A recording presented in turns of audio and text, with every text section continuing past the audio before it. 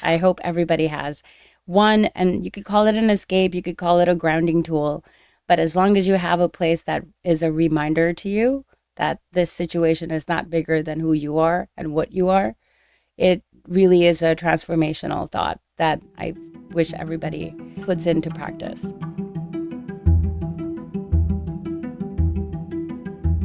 Hello, welcome to another episode of Transcending Tech. This is a podcast where we share the people behind the platforms and the stories that transcend technology.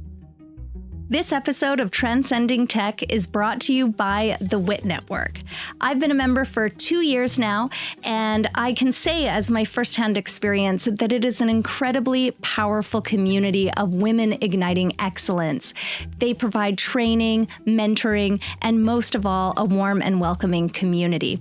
And you can join us on site in San Diego. We're going to be there celebrating International Women's Day, March 10th to 12th. You know, it's really for anyone, any women who are looking to grow their career, to take that next step, maybe even into a senior executive role. We'd love to see you on site. You can find details and register at thewitnetwork.com.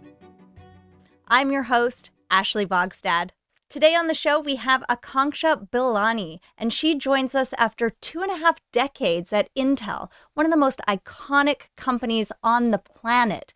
They were relevant at the time of the chip and the CPU. We're going to get into that today, and now are at the center of this craze in artificial intelligence. Akanksha is going to share her stories from leading a multi-billion-dollar strategic multi-year alliance with AWS. Akanksha, welcome to the show. Thank you so much, Ash, for having me. It's exciting to be here. Thank you for making the time. You know, when I think about Intel and being so iconic, I wonder if we're at a point in time right now where we're about to witness a comeback of Intel. What are your thoughts on that?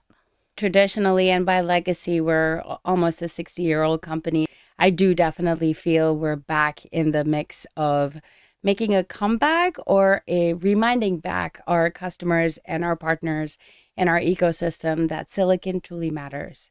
And how do you really take advantage of silicon with the advancements we're making as a company? I think we're coming back with a refreshed attitude, new leadership. Excited to have Lip-Bu Tan, our latest CEO, and if you hear him in socials, he talks about being customer focused, customer obsessed, being our biggest value. Yes. We're bringing that back into practicality, I would say, for our customers and our ecosystem. So exciting times for the company and obviously for our employees and hopefully for our partners.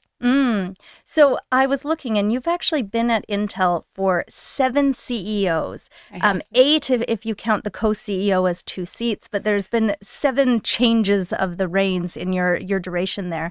I'm curious, from seeing these world-class leaders, what have been the lessons in leadership that you've taken away from this experience? There was a very common theme across all of the CEOs that we had. The CEOs have always been focused on making sure that the compute and the silicon that we manufacture is really out there to help support and service the needs of the industry, the needs of the ecosystem.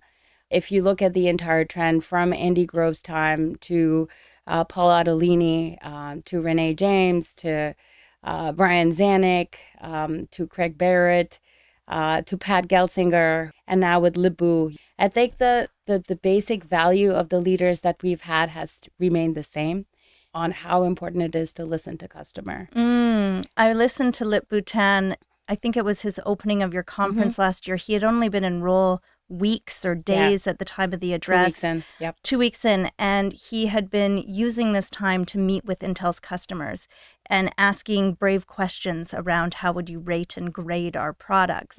As a leader myself, I took a lot away from listening to that, and he had said, I'm paraphrasing, but that many customers had rated certain things, you know, a D, E, and an F, and what a humiliating experience. But also, actually, that wasn't about Intel. That was about his previous role at Cadence Solutions. Yes. Yeah, so that wasn't in reference to Intel, but Cadence.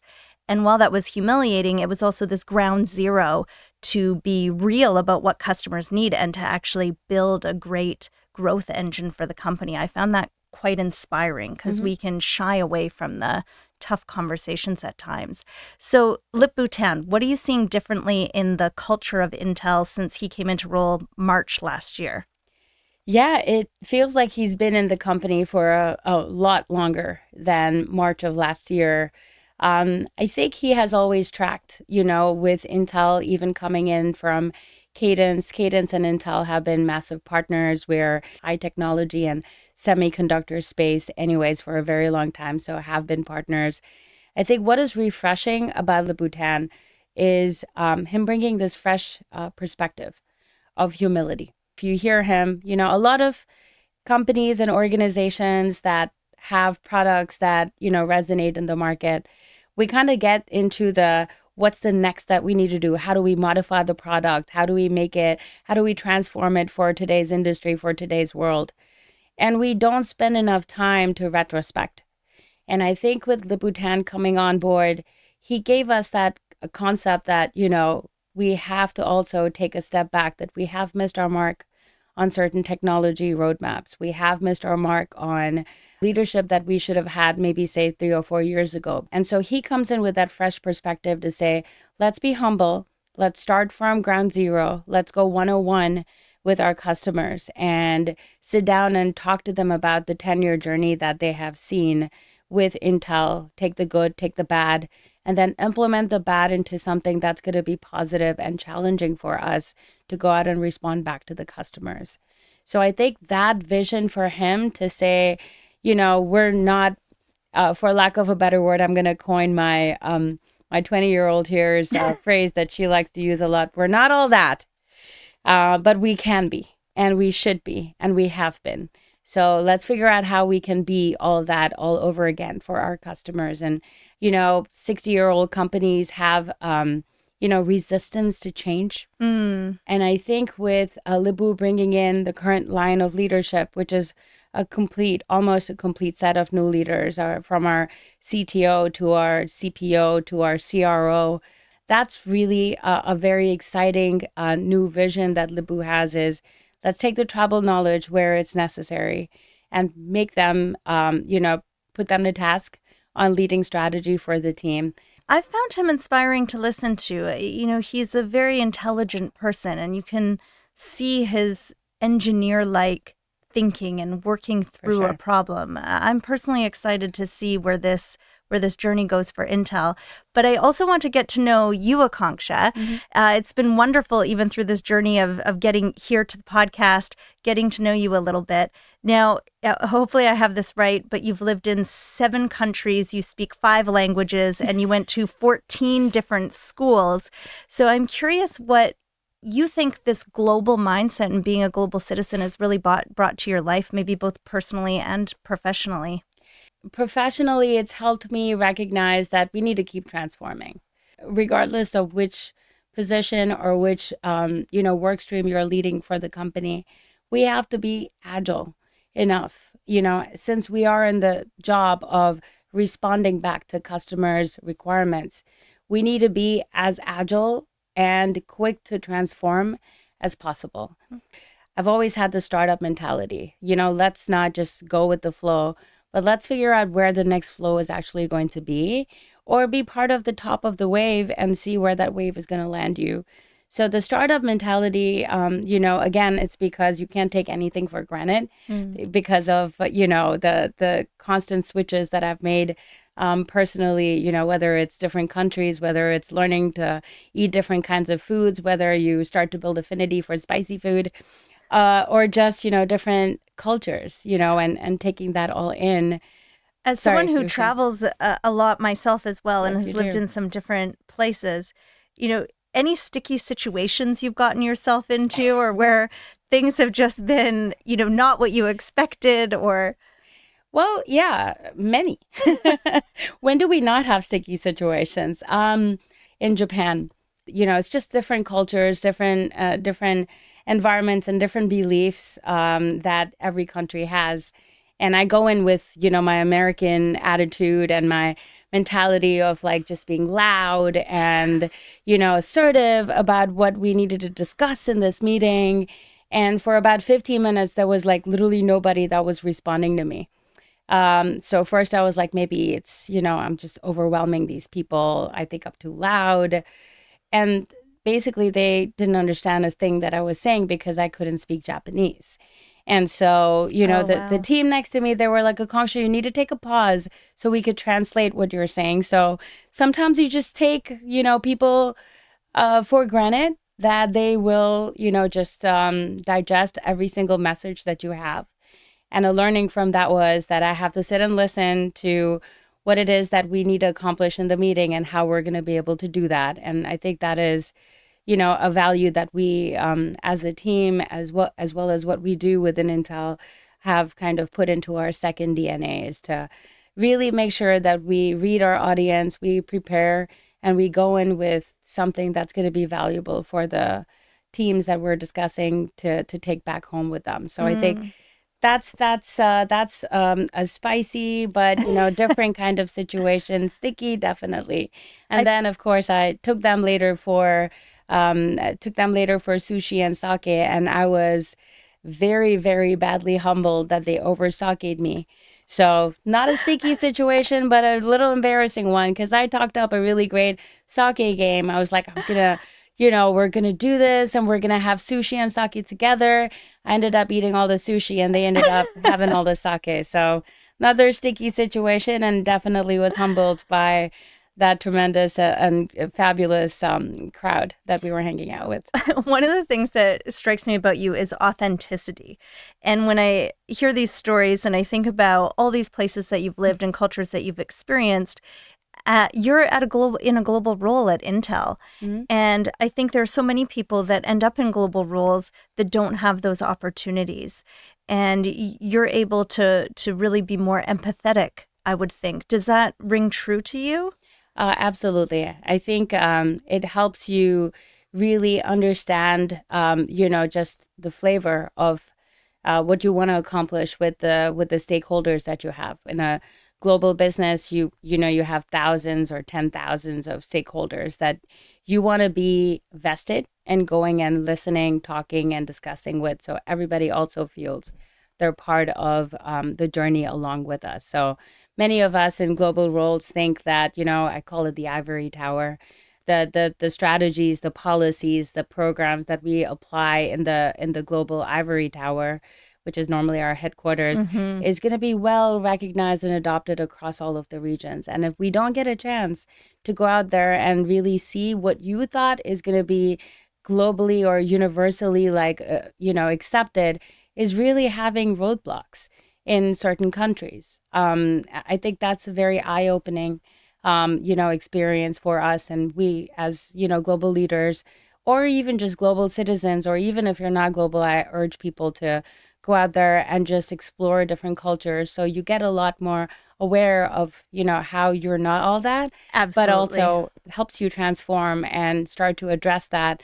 And that would help you in every shape and form of life. I also want to say not everyone is as lucky as I am to have been at Intel. That is a company that endorses and supports, having their leaders go out there and learn to make sure that we're responding again to the best way possible to our customers. So the companies that we work for need to have that vision to Mm. be as close to the field and as close to the customer, so that as we service them at the global level, the knowledge comes back for us to again modernize and transform. We have to be lucky to have organizations like that as well. So I'm Definitely. really The lucky for that. Yes, I had a similar opportunity, not nearly as extensive as yours, but working at Microsoft Mhm. to be both at the global head office in Seattle and to be out in the field most deeply in Singapore and Mm. also New Oof. Zealand. And Wow. there's a huge amount of disconnect between and some of it's healthy. It's just understanding the local culture, the local operation. Hmm. I mean, Singapore is a very geographically small place. New Zealand has a population of 5 million. Yeah. Those are stark differences to the headquarters being in the United States. The economy works very different. One of my learnings being more from a marketing go to market background is in the United States, you need to be as defined, as differentiated, as niche as possible when you're Right. entering a new market. But when you're in New Zealand, again, 5 million people, you can actually afford and be successful at being everything to everyone Mm-hmm. to an extent. And it's a totally different mindset to be successful. And I think that's partially why I made the comment around the authenticity, because you can bring those experiences and that level of understanding. Yeah, absolutely. And I think you embody that as well. Singapore and New Zealand are very diverse cultures, diverse places, diverse foods, deliciously amazing. But yeah, when you have Chili that crab. flavor, oh my God, I miss chili crab so bad. There is this one restaurant in Seattle. It's called Kadai Makan. They come close to chili crab, but I always tell them I'm a chili crab snob. I'm sorry, I can't deal with the lack of spice that you have in your little chili sauce. I'm gonna let you know how it's done, but I love that you have that experience and the power of empathy, as well as just being able to recognize that with this, you need to be ready to change yourself and modify yourself to be able to tell the story that you need. It's super important, and it's how you resonate and build brand as well as trust with your customers. So when you talk about change in yourself, reading an article, and you had a stage 4 cancer diagnosis of non-Hodgkin's lymphoma in your late 20s, that thank goodness, you're sitting here and have come through that journey. Thank you. I was thinking about Viktor Frankl, author of Man's Search for Meaning, Holocaust survivor, and he talks about, I don't have the exact quote, but when you can't change your circumstances, the only thing that can change is you. And if you'd be open to sharing, what did that journey teach you, and how did it change you? Um, wow. So yes, it was definitely quite a shock. I had a 2-year-old girl at that time, and just thought that I was dealing with, environmental changes and had asthma because I was living in Asia after having moved from a very cold environment. And so I just blamed it on, having asthma. But then, eventually when I was diagnosed because I collapsed on the floor, it was an eye-opening moment that you can't take things for granted. It also tells you that you need to take stock of your health and you need to give it focus. And if your body is trying to tell you something, you should listen to it at jump and don't wait till the end and drag your feet just because you've got other priorities in life. So personally, I think it helped me recognize that we should pay attention to things that signals are telling us to pay attention to. It also taught me strength that um, you just need to be very laser focused on getting through the journey. I mean, it was chemo and radiation and a lot of therapy that I had to deal with after. How Um, long did my sister has gone through a oh, journey. sorry. She's doing She's good. great. She's Okay, doing great. that's great. Breast cancer, but it was very long. Yeah, I think when they talk about your treatment cycle, it sounds like these things, you said, oh, chemo, radiation, yeah, it sounds like a moment, a quick yeah. moment in time, but actually these things can They take take long. years. Yeah, they do take So long. what was that like for you at that time? And you were still balancing work, I'm guessing, as well. So I have to tell you the story, which is why I'm so, indebted and proud to be at Intel. So let me tell you the personal journey. So, especially for my the diagnosis I had, which is non-Hodgkin's. The doctor said if you had to have a cancer, this is the best one you could have got. That's basically an 18-month cycle. We're gonna put you through, rounds of chemo. We'll put you through rounds of radiation. It was 5 tumors around Wow. my throat as well as my spleen area. So there was a lot of chemo that needed to happen, in the specific spots as well. So there was targeted chemo that was also, thankfully we didn't have to do surgery. So that journey was interesting because, I just needed to make sure that I balanced it with my daughter not freaking out or, forevermore having this fear that mom's not well and I don't understand why she's laying down. I had an amazing ecosystem of support. My friends, my family, my parents moved their lives to come and take care of Oh, me wow. to manage life when I wasn't being able to give it the attention that I needed. I'm certified by my coworkers as a workaholic. And I don't know why. I think we just work the regular amount, just attend to the things that need to get attended to. But Just there's a tough truth in here, and it's not popular, but I really believe that so much of my career experience and success has come from being nose to the grind and yeah, putting the hours in. And that's not 8 hours a working day and 40 hours sometimes a not. working week. Yeah. Is that been your experience? It has gotten to be that I'm more aware of it. Mm. Hence, I try really hard not to do more than, well, it's not never 8 hours, but not more than 10. So you need to start to have boundaries around it. Because I was, certified as as a workaholic, Christian, my then boss at that time, actually sent an email once they got to know that I was diagnosed. He sent an email to the entire team saying, "We're gonna give Akanksha some fake work, so she feels like she's doing something, and we're gonna give her some fake work, but you guys are not going to bother her with things that need to happen. You are gonna have to keep the boat afloat, and we'll give her some spreadsheets that she could look at and like approve." And yeah, just send that to her like every 3 days so she keeps quiet and doesn't be like, "Where's all the rest of the work?" He literally told the entire team, and they had my back. And they just kept going without ever like even letting me know that because I would never be okay about not being able to work in the middle of all of this stuff. So they created this fake work for me to be able to do it. And the only time that I ever found out was when, I was in remission and they sent me like this, congratulations card.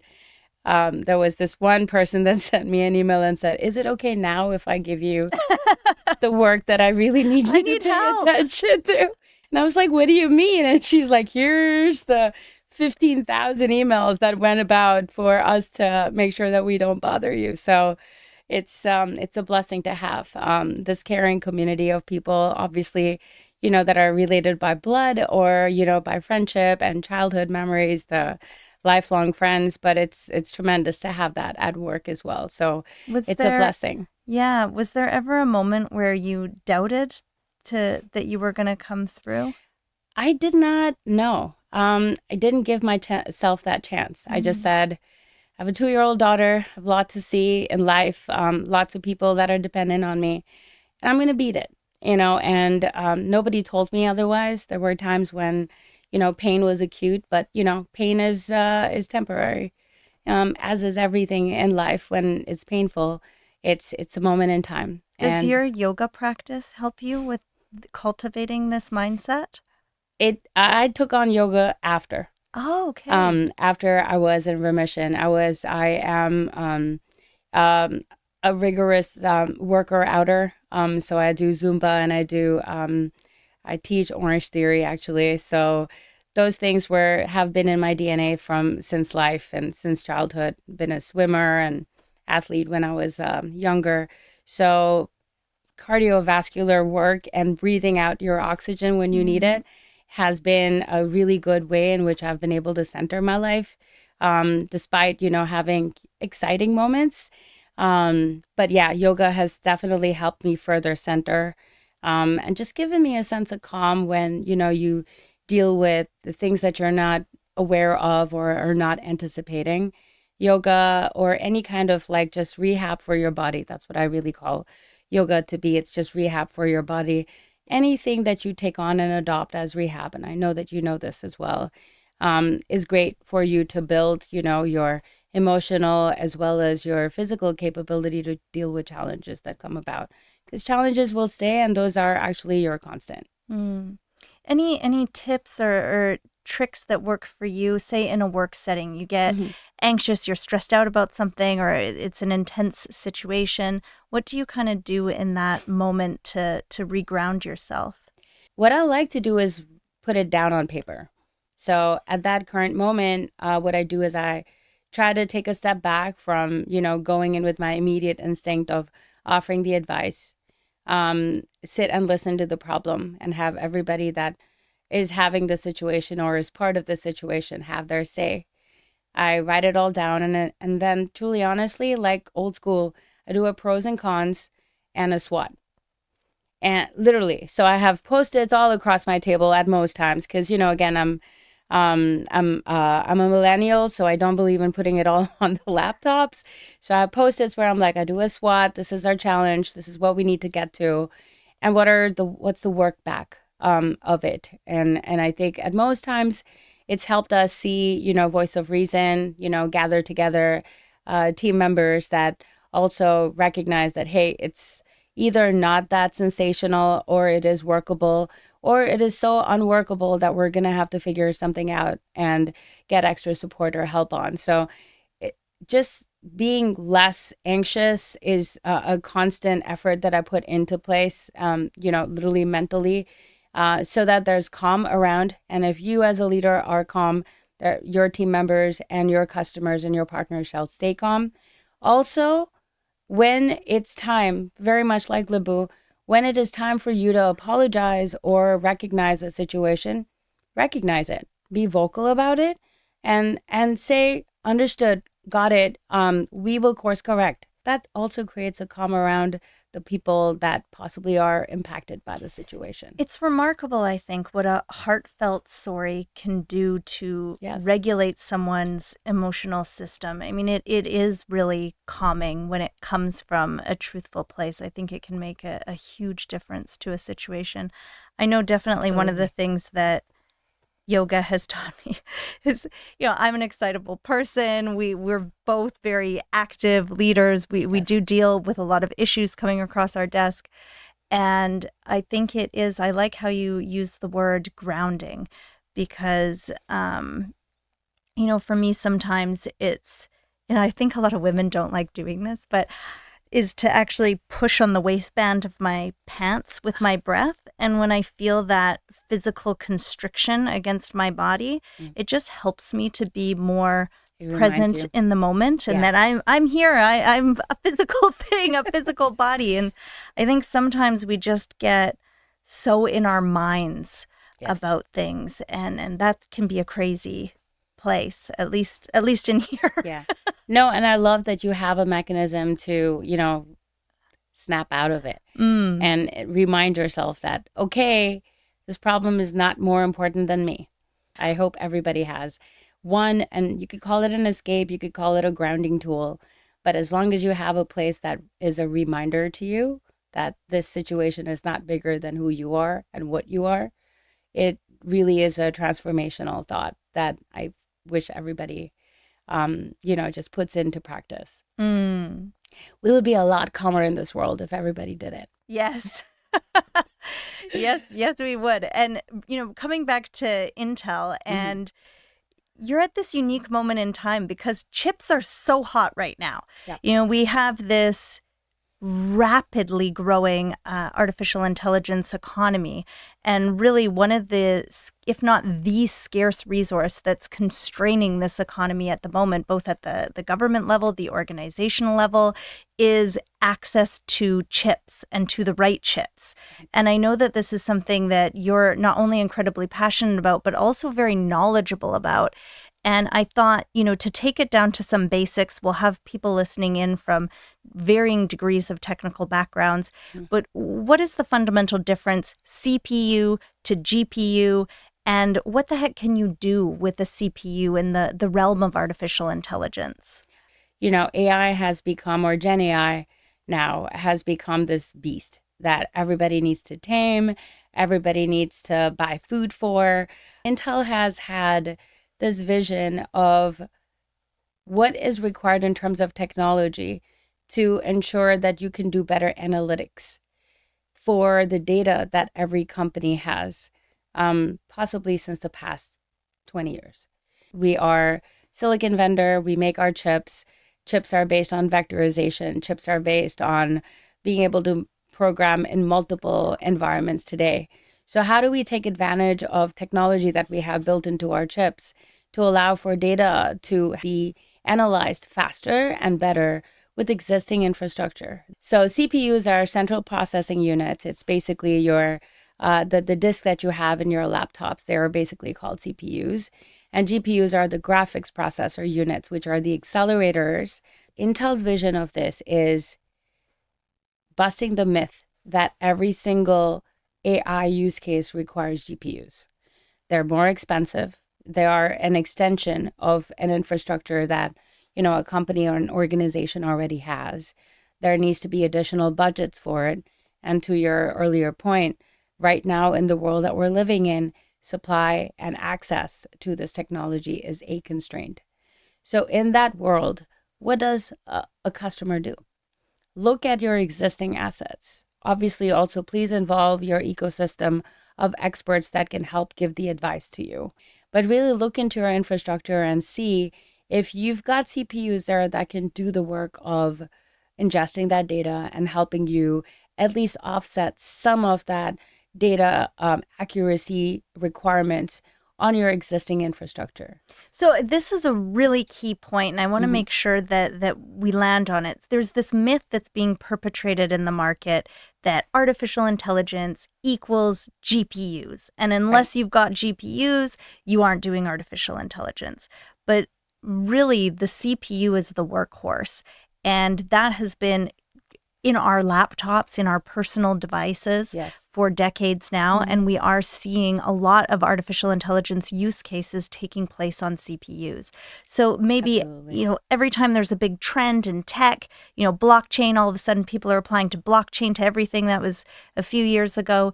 It's the similar kind of thing where we really need to peel this back to first principles, think about what we're trying to achieve, and then identify what the technology in terms of a chip is really necessary for. Absolutely. And actually, I give advice to organizations that are embarking on their data journey. There's 3 factors that they should keep in mind when they're building a strategy around AI. Number 1 is, the use cases, to your earlier point. Are those use cases really going to help drive profit and business and product differentiation for your company? So please choose them because, when you have limited resources and limited capabilities within the organization, choose the ones that are going to be the biggest business impact for your company. The second is to make sure that you've got, buying power. There's still an investment that you need to make in your infrastructure. When you do make that, study of your investments, let's make sure you've allocated budget for baseline and then challenge the teams to be able to drive it to the maximum of its capabilities with the infrastructure that you have. But you do need to siphon a set of skill sets or resources to be able to focus on building this platform for you. And last is, look around you. Look at what your competition is doing. Look at what your ecosystem partners are doing and learn. There's so much out there that's already been done in AI. AI is not, I learned about it in school and I'm old. So, neural networks was the beginning of AI and now Gen AI. AI is now the beginning of Gen AI. But if you track it all, there's already a lot of learning knowledge that's already available in the open source world. Take advantage of it, test it, experiment with it, and then recognize what it is that you really need to truly do for your organization. Just a question in there. You mentioned the open source world. Do you think Intel would ever go down a path of open source? I mean, we are a strong investor in the open source world today. So my older life before I came to manage the AWS relationship for Intel was driving the world of software within Intel. And we are the 3rd largest contributor for software in this world. And nobody knows that. I did not know that. Yeah, it's this brand new, very cool and long-term kept secret because everybody associates us to silicon and to chips. But chips need optimization. Chips need software to keep the hardware running. And we have been the longest, I think the fourth largest contributor in the open source world. Interesting. You're just reminding me now, and maybe I didn't get it at the moment I heard it, but Louboutin was saying one of his 3 or 4 key drivers was software 2.0. Yep. What did he mean by that? That's exactly what he means. So it's basically about seeing how we could optimize using software, which is, it could be software tools, and for the geeks out there, you guys will know what I'm talking about. But Python, for example, is a coding script that people use for building their AI models. We have our own version of Python, and nobody knows that. And that provides 90% better performance benefit than Stack Python. So Intel itself has built and created a software portfolio that optimizes our hardware all day, every day. And what Louboutin's vision is, we had it as a dedicated group. It was called Software and Services Group within Intel. And it's transformed into it being embedded into optimizations that we are building into our hardware today. But what Loubou wants to do is recognize that the software optimization that we're building across the software that's built on top of us is getting best optimized with the hardware that's built below us. So that's really what his strategy is, to see, the software providers of the world, whether it's on the cloud or on-prem, the Salesforces, the Workdays, the SAPs, the Oracles, all of the software providers today, they should really get the best benefit of our optimized technology through Intel's own software portfolio that powers the hardware. And that's exactly the same optimization that I was telling you about, why CPUs can do a lot of the data ingestion and the AI and the Gen AI, especially on the machine learning as well as the inference journey. Most of that work is done by our software capabilities that are built inside our chip, to ensure that we're able to offset some of the cost and also take over the optimization that is required, because it's our responsibility, if it's our chips, for our customers and our partners. And I'm going to say this also, NVIDIA is a phenomenal partner of ours. And $5 billion investment. It's been a phenomenal journey with them, even before with the GPU journey that Jensen kicked off. We've always been strong partners, but as you heard, it was time that we brought to society that we have been BFFs for a very long time. So it was the land of reckoning that the society and the ecosystem recognizes that, by the way, every GPU has a CPU.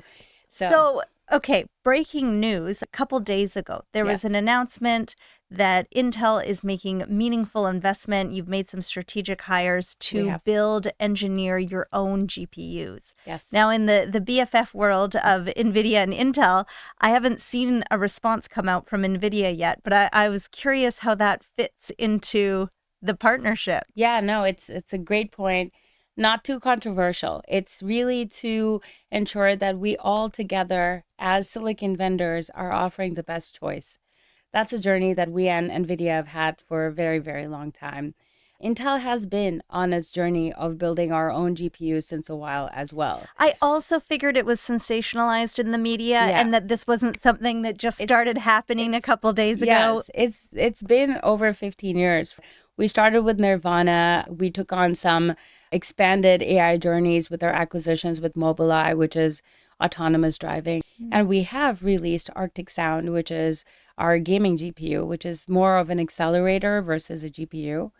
And then about 7 or 8 years ago, we also acquired Gaudi, which is Habana Labs, which are, again, accelerators, not GPU manufacturers, but manufacturers of accelerators that have helped our customers start to use the edge AI as a place where they can do some more extended AI development to, again, offset cost of intense, fat, very robust, but virtually supply-constrained GPUs.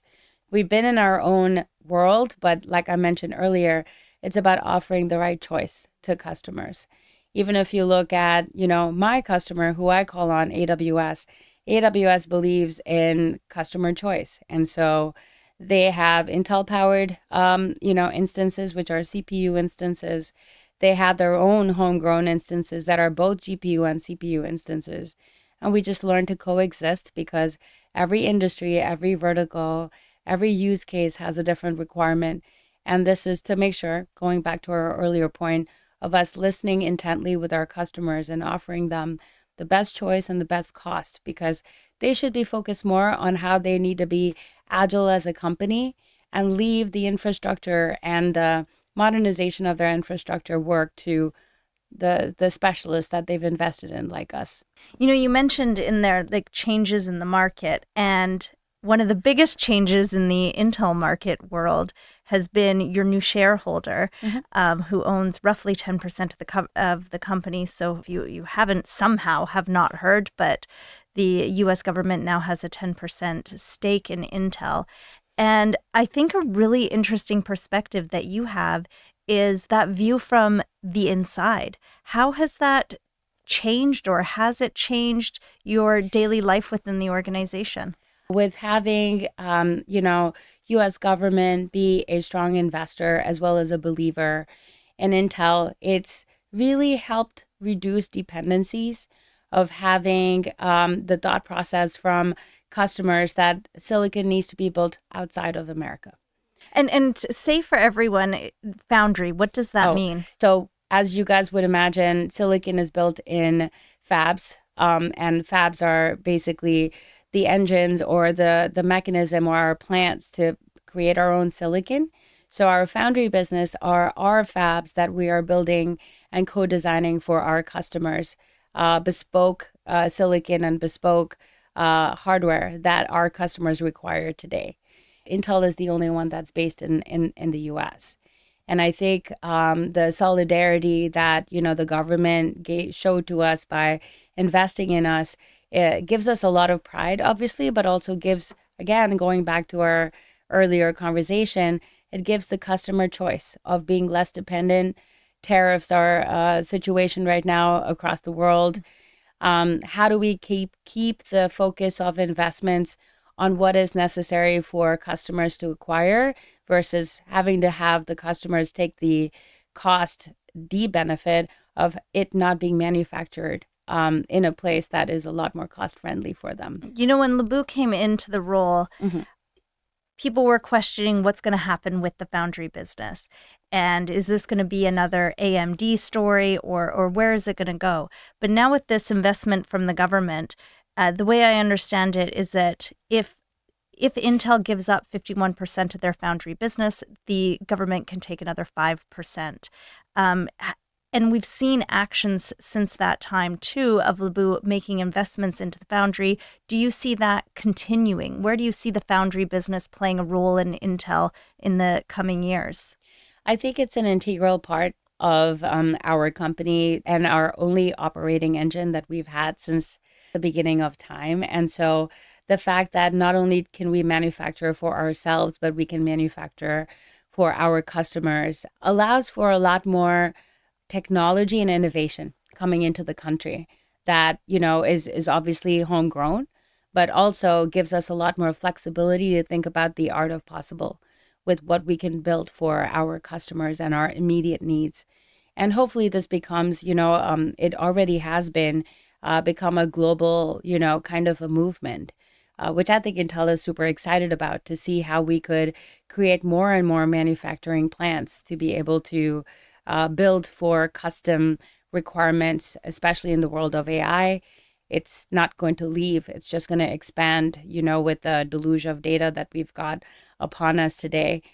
Intel is very excited about it. And I see the foundry business staying with us, forevermore. You mentioned a lot about customers in there, and I've been excited to get to the point in the conversation where we talk about ecosystem and partnerships, which is something that you've committed a good part of your career to. It's a big interest to me as well. You're leading two behemoth organizations in a global, multi-year, multi-billion-dollar strategic partnership, collaboration. The relationship between Intel and AWS is multi-sided, as I understand it, and is continued to be touted in the media as really this landmark deal. I'm sure Intel wants more of these for that scale that you're talking about. But why don't you give us an overview of your role inside this alliance and maybe if there's a story in there around how it all came to fruition and how it's going? Yeah, absolutely. Happy to. Thanks for the question. Yeah, so we are Team Amazon at Intel. So with AWS, it's been now an 8-year journey of me being in Team Amazon. We do two things with Amazon. So the first, actually three. The first, obviously, since we build chips, we customize this technology and the silicon to be available in these different flavors of infrastructure. The cloud has had, a massive boom in the past, I would say 15 years. We created a partnership at inception that we would customize our chips to be powering AWS cloud. And so, a lot of what customers are using that's in the cloud transcends, including leverages a lot of Intel CPUs under the hood because we power cloud. What's the latest in that CPU technology? Mm-hmm. It's interesting to hear about, you've talked a lot about custom use cases, and you're really in depth with this partnership, Mm-hmm. understanding, listening to AWS and what it is that they're looking for. So what does that look like? And feel free to get technical in terms of the chip construction. So, like I mentioned, it's been a 20-year journey. We're on the 8th generation of our Xeon instances within AWS. In fact, yesterday, we just launched another variant of our Intel instances on AWS that's powering and targeted for high-tech and semiconductor customers as we speak, because it's our holy grail, I would say, and it's something that we're both committed to. With AWS, it's unique because we've really customized and bespoke built our silicon for AWS's requirements and demands. AWS has almost close to 16 leadership principles, number one being customer obsession.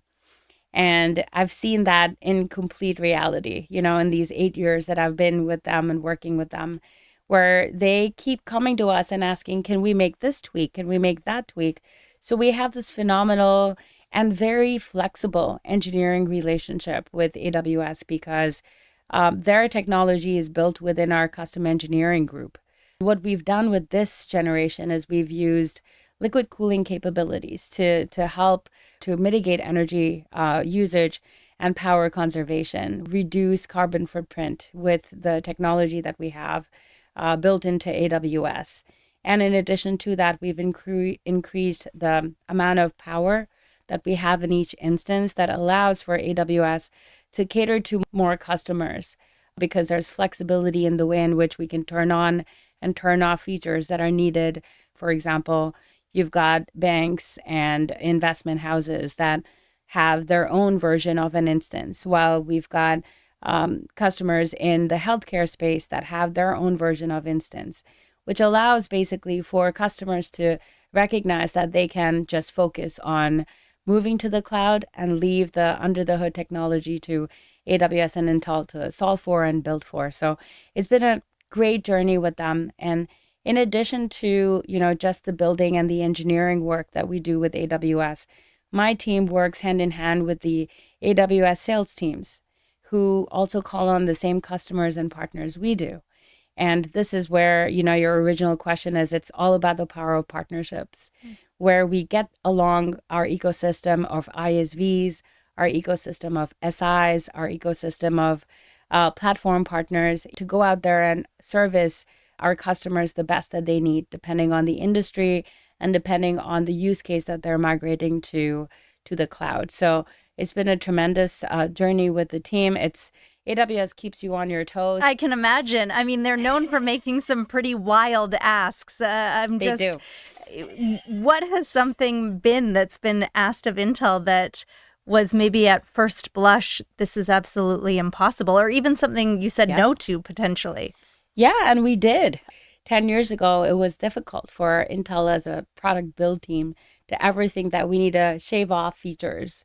We need to turn on features because AWS thinks it's necessary because we feel we know our products and we feel if we built the product, it's what our customers need.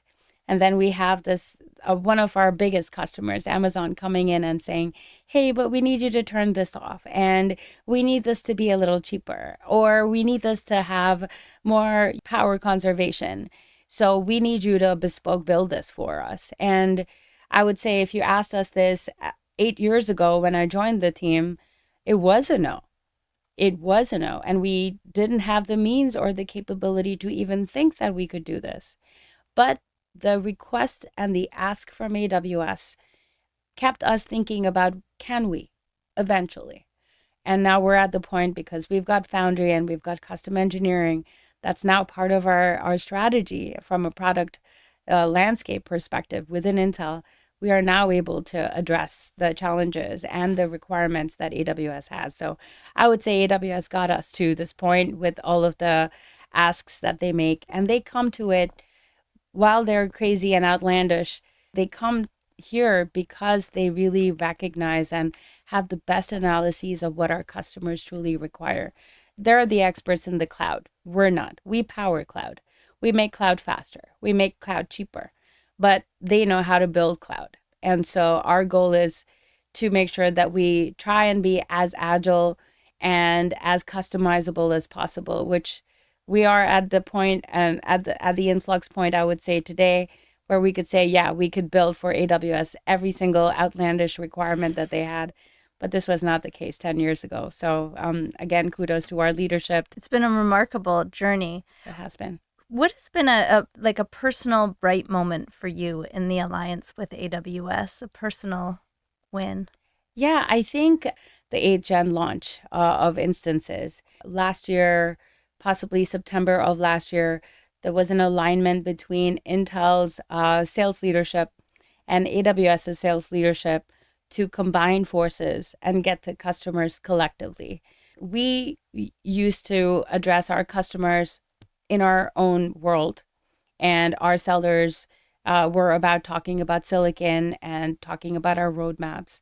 And you had AWS sellers who called on the same customers, talking about Intel instances, but talking about services on the cloud. So there were two parallel conversations that, eventually we would get to an intersection point that would be force fitted at a lot of times by our customer. We came to a final point where we both thought we recognize and speak each other's language more effectively with, it's like a marriage. The first 2 years are bumpy. And then by the 10th or the 20th year, you guys are speaking each other's languages. Was there a meeting or a phone conversation or a moment where you're like, this has changed, this has clicked? It was a meeting between Greg Ernst, our CRO, and Greg Pearson, AWS's VP of sales. Greg Pearson, by the way, used to be at Intel. They got together and said, this is the time. We need to go, attack the market together. We need to address the customers together.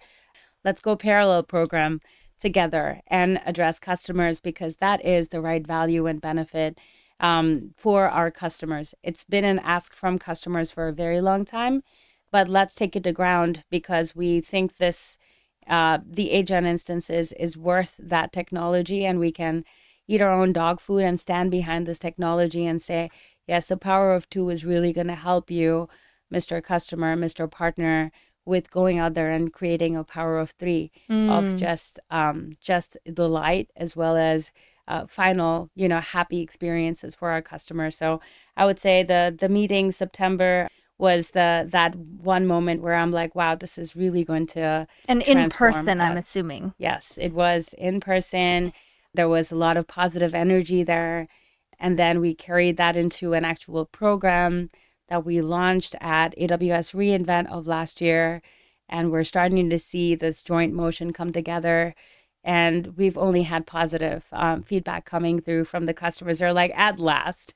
We meet on a quarterly basis, and both the Gregs high five each other and ask us for our results. So it was definitely a big moment of pride for me in my personal journey, when we had two big companies get together and come collectively to sing one song for our customers. Going hand in hand and doing this definitely is something that, is a moment of pride for me, but I'm also very proud of the team and my leadership, my immediate leadership, to have given us that trust to be able to carry this message and this proposal to our leaders, and we're starting to see the results of it. Yeah, well, thank you for sharing, because it's these moments that really can tip the scale of what happens. And I run a virtual agency, so we're remote.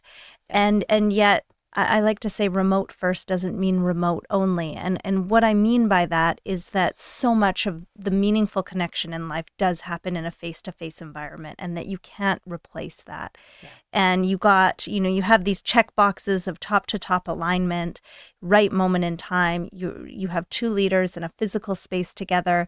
You're doing on-site activations at events. You mentioned AWS reInvent. You made a huge splash and investment there.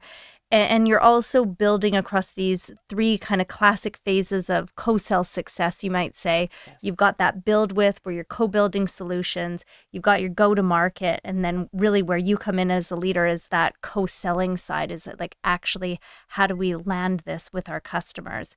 I think that was a really powerful anecdote, Akanksha. Thank you very much for sharing that. Thank you for tracking it, Ash. That's great. It's almost like you're in my team. I mean, you've got Team Amazon inside Intel. We just got a power of three, like you said, Power is maybe of partnerships. exactly. Yeah, coming alive. No, I genuinely love this space as well, and I am so privileged to have you on the show. So I want to wrap up here with some rapid fire questions, if you'd be open. Wow. Okay. Do they need to be at fiery fire or just regular fire? Bring all the fire. And for those who are listening and don't see the video, I mean, first, Akanksha has the most incredible hair, and there is some fire glistening in it. There's these like tinsel strands that are just beautiful, but also a survivor, because she is sitting here with a cast and a moon boot on. And actually, when we came into the studio today, there was a full knee scooter to roll in, and you only just got out of surgery this days. Monday. Yes. Okay. Well, time flies when I'm having fun, and no amount of pain would have stopped me from coming to hang out with you guys. So, warrior. So, first question. We're releasing this podcast in the upcome to International Women's Day. I know that training, educating, supporting women's careers is something that you're incredibly passionate about. And so I wanted to, and you also have a daughter who is 20 years old and just on the brink of really getting her career started currently in university. So what would be a piece of advice for young women thinking about a career in like a STEM career, science, technology, engineering, and math?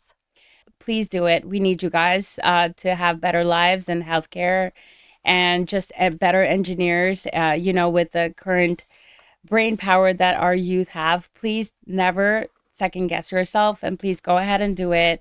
That would be my request to them. And the advice would be confident. Don't let anybody else second guess yourself. You guys are tremendous humans, and you have a phenomenal vision to be a leader in STEM and technology. Look what's within you. See what makes you you. And then never hold back on figuring out or embarking on the path to make that something that you could make money off of, and create that as your legacy for life. You are capable and ready. Just be confident and believe in yourself. Great advice. I love that word confident, and even the way that you say it truly emanates confidence. What's one value that you would hold on to even when it involves a tremendous sacrifice? The value that I always hold true is to believe that you every day need to change your life and change yourself. I do think that change is our constant. Get ready for it. What would be a tag? I'm a marketing person, creative person, and so I think about things as advertising copy and marketing headlines. What would be a tagline that you would give to this season of your life? Power of partnerships. Ooh, love it.